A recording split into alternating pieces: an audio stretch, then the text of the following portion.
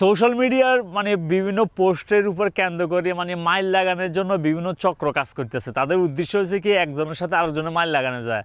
এই দেখেন এখানে আপনার এহসান চৌধুরী এরকম একটা পোস্ট থেকে হাদির প্রোফাইল পিকচার দিয়ে এরকম একটা পোস্ট থেকে খুব খারাপভাবে জাইমা রহমান তারপরে তারেক রহমানের সাথে খুব খারাপভাবে বিকৃতভাবে ছবি পোস্ট করছে এই আইডি থেকে কইরা।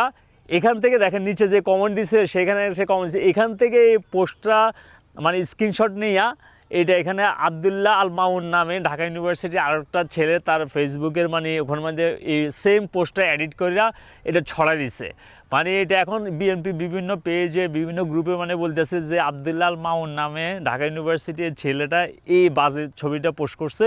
এখন তারে মানে তার বিরুদ্ধে মানে মুভ উস্কে দিতেছে। মানে যে পোস্ট করছে সেও মানে আপনার হাদির পিকচার দিয়া করছে, তার মানে বোঝা যাইতেছে এখানে বিএনপি আর ছাত্র শিবিরের ভিতরে অথবা সাধারণ মানুষ অথবা যে কেউ হইতে পারে, এটা হয়তো আপনিও এটার শিকার হইতে পারেন, এটা শিকার হয়তো আমিও হইতে পারি, হয়তো আমার এখান থেকে কেউ একজন এটা নিয়ে বিকৃত একটা জিনিস মানে স্ক্রিনশট দিয়ে এটা পোস্ট করে দিল যে এই লোকে এটা শেয়ার করছে এই দলের বিরুদ্ধে।